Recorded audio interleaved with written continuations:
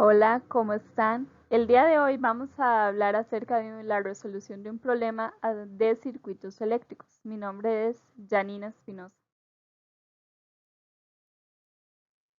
Principalmente vamos a hacer primero una revisión de algunos instrumentos que se utilizan para medir las corrientes en circuitos eléctricos. En este caso tenemos un amperímetro. El amperímetro es un instrumento utilizado para medir la corriente eléctrica que pasa por dichos circuitos. Está formado principalmente por un galvanómetro y un resistor que va conectado en paralelo. Seguidamente vamos a observar cómo se ve un voltímetro. El voltímetro es un dispositivo que se utiliza para medir el voltaje. Consiste igualmente en un galvanómetro y un resistor multiplicador, los cuales van conectados en serie. Los lagartos que se observan en la imagen de color negro y de color rojo son los que se conectan principalmente a los circuitos que se quiere medir y normalmente poseen una gran resistencia. Por este lado ya tenemos lo que es el enunciado del problema numérico que vamos a resolver. Dice lo siguiente. Considera el circuito de la siguiente figura. Determina la diferencia del potencial, la corriente y la potencia consumida en cada una de las resistencias del circuito. En la imagen que se presenta, vamos a colocar que cada numeración de R significa una resistencia. Vamos a darle la R1, va a ser la resistencia número 1 de 5 ohmios, la R2 la resistencia de 8 ohmios y la R3 la resistencia de 10 ohmios.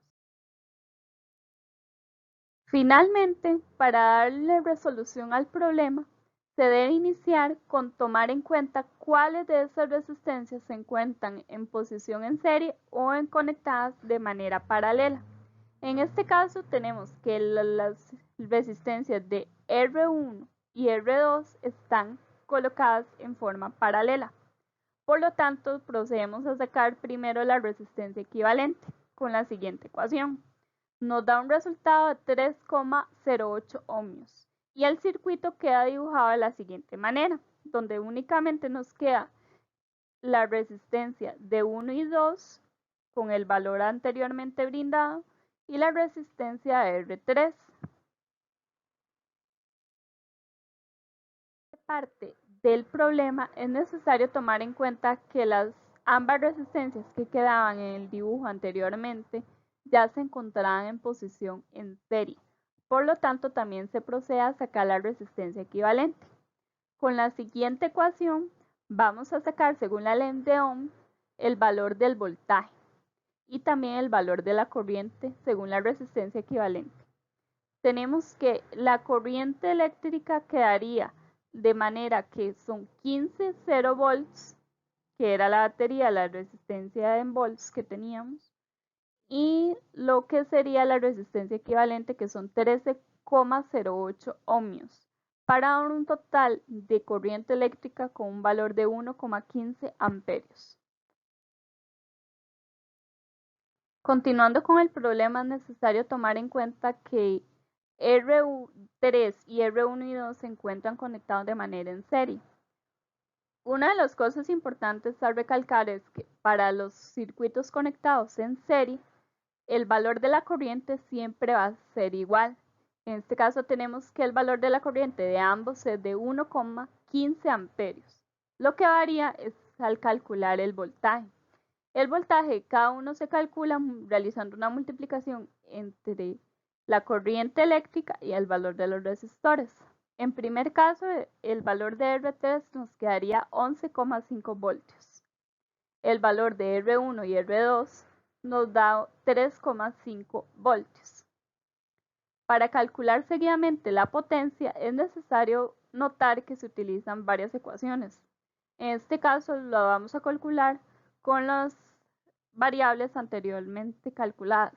En este caso podemos ver que R3 nos da una multiplicación de la corriente eléctrica y el valor del voltaje de 13,2 watts. Para el siguiente paso es necesario tomar en cuenta que los resultados de R1 y R2 En el dibujo quedaron de manera conectados en paralelo. Por lo tanto, los voltajes van a ser los mismos. Ambos tienen un valor del voltaje de 3,5 volts. Y se calcula nuevamente el valor de la corriente de cada uno de los resistores. En primero tenemos que la corriente de IR1 es igual a 0,70 amperios y el valor de la corriente en R2 es igual a 0,44 amperios. Para calcular lo que es la potencia eléctrica, realizamos la multiplicación entre el valor de la corriente y el valor del voltaje, que nos da en el primer caso 2,5 watts y en el segundo caso 1,50 watts.